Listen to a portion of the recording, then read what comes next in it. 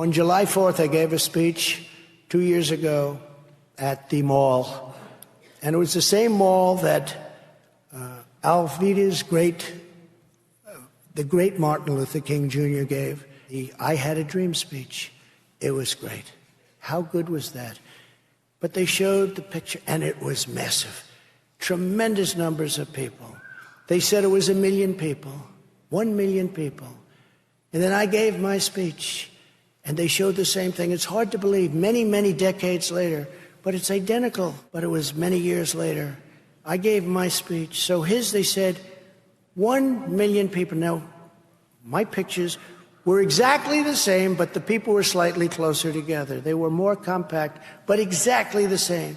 But there were more people. They were tighter together, if you look at it. Donald Trump has 25,000 people today. This is what he does. We know this. If you're like me, God help you, you likely saw that clip and thought, didn't Trump compare the size of his inauguration crowd to Obama's, even though pictures proved that Trump's crowd was definitely smaller?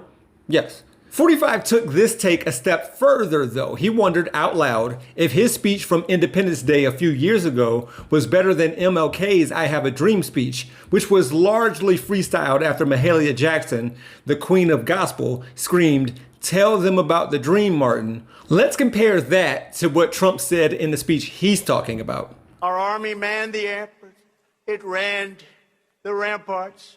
It took over the airports. It did everything it had to do. Airports during the War of 1812.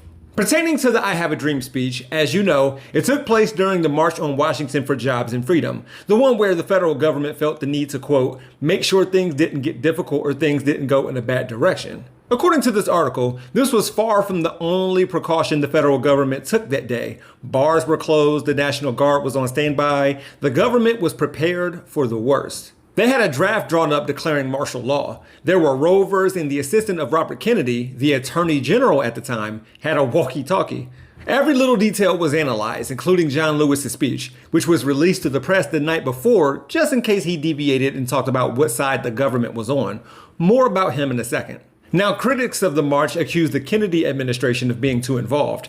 After referring to it as the farce on Washington, Malcolm X would write in his autobiography, there wasn't a single logistics aspect uncontrolled. The marchers had been instructed to bring no signs.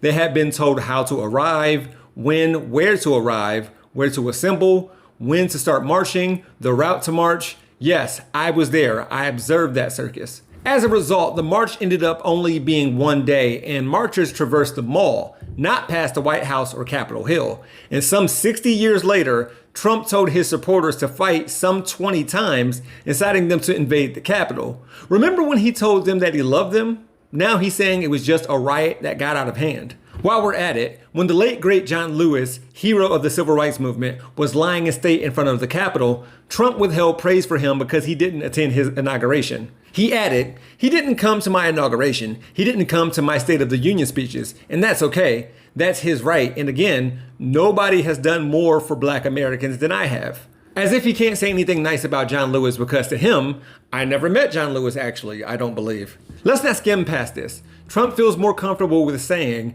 I did more for the Black community than anybody with the possible exception of Abraham Lincoln, even though he never met Abe. In the course of making this video, I went from wondering why Trump never compared himself to Malcolm X. Now I'm wondering when he'll compare himself to Malcolm X.